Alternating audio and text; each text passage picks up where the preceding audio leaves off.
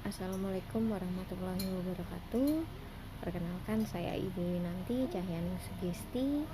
Untuk kesempatan kali ini saya yang akan mengisi mata pelajaran sosiologi di kelas 12 IPS 1 dan 2. Dan pada pertemuan kali ini saya akan meneruskan materi yang sudah sempat dijelaskan oleh Ibu Fauzia, yaitu adalah pola penemuan baru pada perubahan sosial. Jadi di sini saya akan membahas tentang pola-pola pada penemuan baru. Pola-pola penemuan baru pada perubahan sosial terbagi atas 3, yaitu pola memancar, pola menjalar, dan pola memusat. Yang akan kita bahas pertama yaitu pola memancar, di mana pengaruh penemuan baru terhadap bidang-bidang lain. Di sini terdapat sebuah penemuan baru, di mana penemuan baru tersebut akan berpengaruh terhadap bidang-bidang yang lain.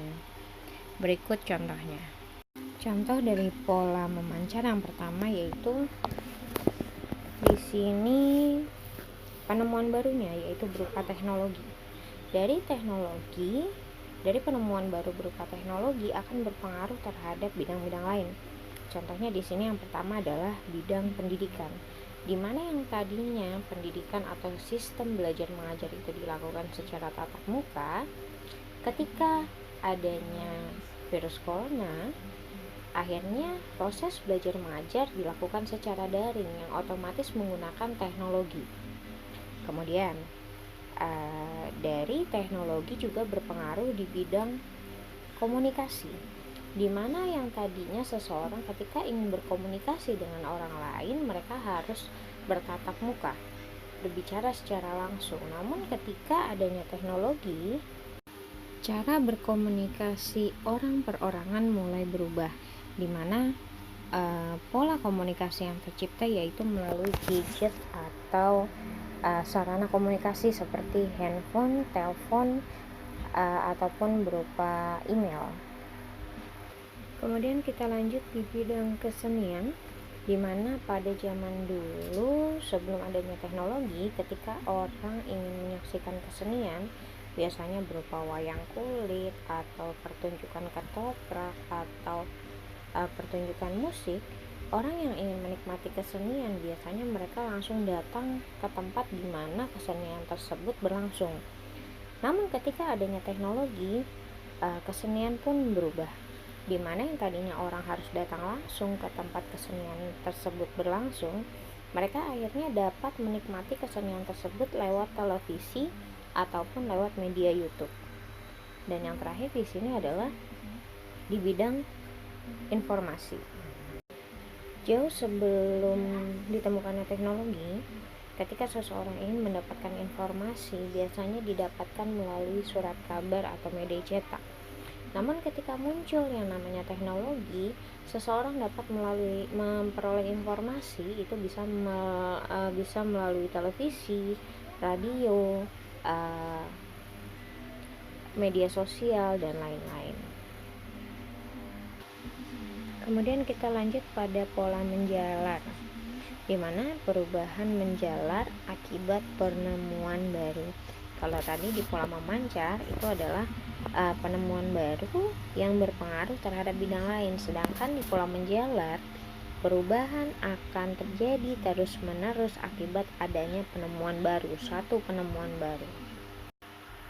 Contoh dari pola menjalar yaitu penemuan baru berupa pesawat terbang. Dari penemuan baru berupa pesawat terbang, di sini mengubah metode berperang, di mana yang tadinya metode berperang itu dilakukan secara langsung, yang dilakukan oleh masing-masing negara dengan menurunkan para tentaranya.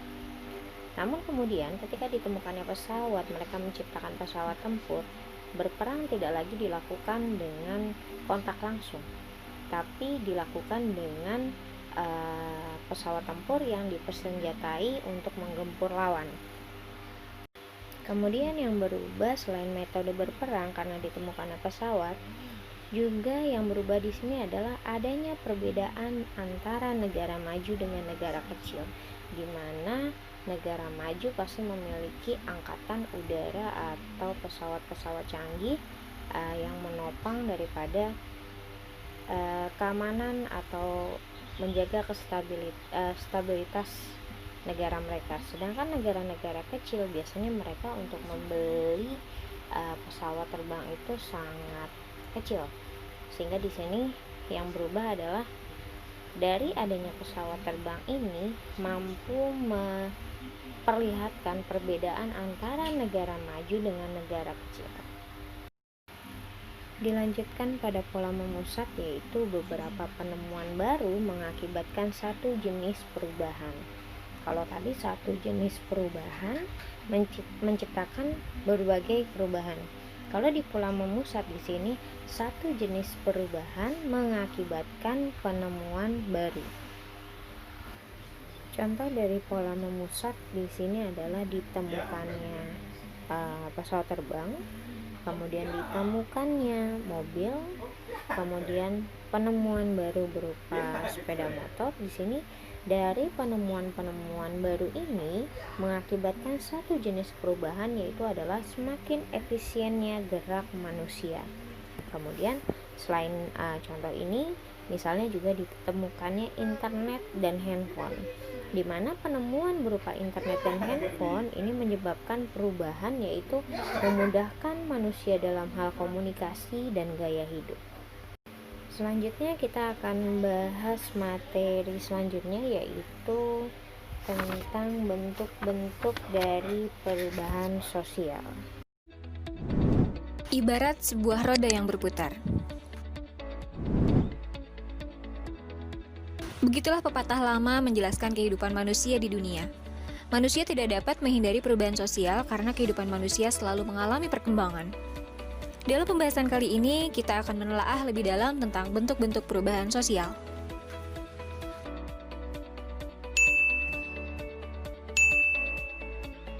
Perubahan lambat atau evolusi terjadi karena usaha-usaha masyarakat menyesuaikan diri dengan keperluan, keadaan, dan kondisi tertentu yang timbul sejalan dengan pertumbuhan masyarakat. Misalnya, perubahan masyarakat primitif menuju masyarakat modern. Tentunya memerlukan waktu yang sangat lama. Kalian semua yang sedang menonton ini lewat gadget, termasuk masyarakat modern, yang jarak dengan pendahulu primitifnya terpaut jauh. Artinya, proses perubahan masyarakat kita berlangsung sangat lama, namun masih ada di beberapa daerah yang saat ini masih bersifat primitif. Artinya, evolusi di daerah tersebut berlangsung lebih lama daripada yang ada di daerah kita. Perubahan secara cepat atau revolusi terjadi pada sendi-sendi pokok kehidupan masyarakat. Ukuran kecepatannya bersifat relatif karena revolusi terkadang membutuhkan waktu yang lama. Bisa kita ambil contoh dari pandemi yang sedang kita alami saat ini. Setengah tahun yang lalu, siswa ramai-ramai berangkat ke sekolah setiap pagi. Sekarang, biasanya bulan ini bulan Agustus, sekolah sibuk mempersiapkan banyak hal. Ada yang sedang latihan paskibra, latihan drum band, mempersiapkan banyak lomba, dan lain sebagainya. Sekarang hanya dalam kurun waktu beberapa bulan saja kita harus melakukan sesuatu yang tidak lagi sebebas dulu. Mesti menerapkan protokol-protokol kesehatan dalam setiap kegiatan, dan perubahan ini berlangsung di segala pokok kehidupan masyarakat.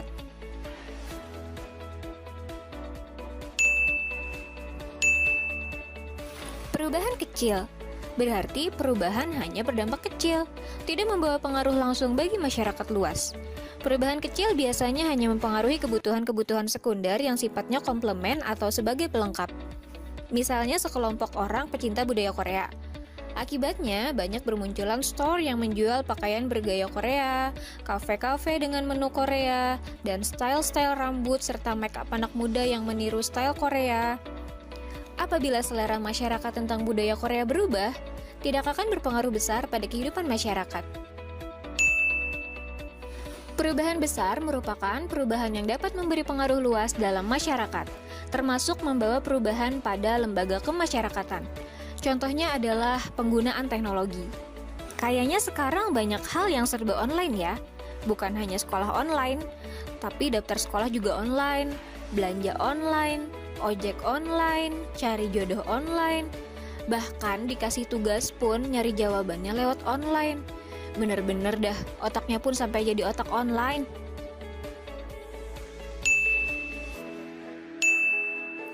Perubahan yang direncanakan merupakan perubahan yang diperkirakan terlebih dahulu oleh pihak-pihak yang hendak mengadakan perubahan sosial dalam masyarakat. Untuk mengadakan perubahan ini diperlukan agent of change. Misalnya, mindset masyarakat Indonesia masa lampau, banyak anak, banyak rejeki, sehingga menginginkan memiliki anak yang banyak. Pada masa pemerintahan Soeharto, dicanangkan program KB agar tidak terjadi ledakan penduduk di Indonesia. Untuk itu diutuslah para penyuluh KB dan disosialisasikanlah bahwa 2 anak cukup. Perubahan tanpa rencana berarti berlangsung di luar jangkauan pengawasan masyarakat. Misalnya, evakuasi korban bencana alam. Mau tidak mau, sekelompok masyarakat yang tinggal pada penampungan harus melakukan perubahan dan terjadinya gangguan struktur sosial dalam masyarakat.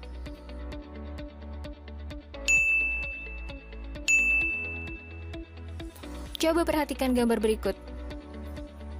Mengapa pemilu dapat membuat perubahan struktural? Karena hak suara setiap individu dalam pemilu sangat berpengaruh terhadap kondisi pemerintahan pasca pemilu. Kontestan yang mendapat suara terbanyak dalam pemilu akan menjadi pemegang kekuasaan serta menerapkan kebijakan-kebijakan baru sesuai dengan visi dan misinya. Maka dari itu, perubahan struktural mampu menghasilkan perubahan yang terstruktur pada lembaga kemasyarakatan dan melibatkan masyarakat. Perubahan proses merupakan perubahan yang sifatnya tidak mendasar. Perubahan yang dilakukan untuk menyempurnakan perubahan yang sebelumnya sudah ada.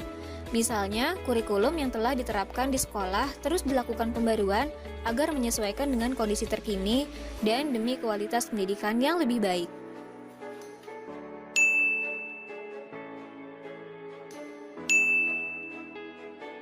Progres berarti kemajuan. Bisa kita ambil contoh dengan ditemukannya pesawat, menyebabkan masyarakat semakin mudah dan cepat dalam bepergian meskipun jaraknya yang jauh. Apabila suatu perubahan ternyata tidak menguntungkan bagi masyarakat, perubahan itu dianggap sebagai sebuah kemunduran atau regres. Misalnya pemindahan terminal PAL 6 Banjarmasin ke terminal baru di kilometer 17, yang ternyata tidak dapat dioperasikan secara maksimal. Tentu kalian telah mempelajari sejarah G30 SPKI. Peristiwa ini bermula saat sekelompok orang ingin menggantikan ideologi Pancasila dengan ideologi komunis. Perubahan dengan kekerasan cenderung diselingi dengan konflik sosial. Perubahan ini dilakukan dengan jalan yang damai untuk mendapatkan simpati dalam mencapai perubahan yang diinginkan. Jalan ini dapat ditempuh dengan melakukan sosialisasi dan pemberdayaan. Misalnya pembuatan jalan layang atau flyover di Banjarmasin. Sekian pembahasan kali ini, semoga bermanfaat.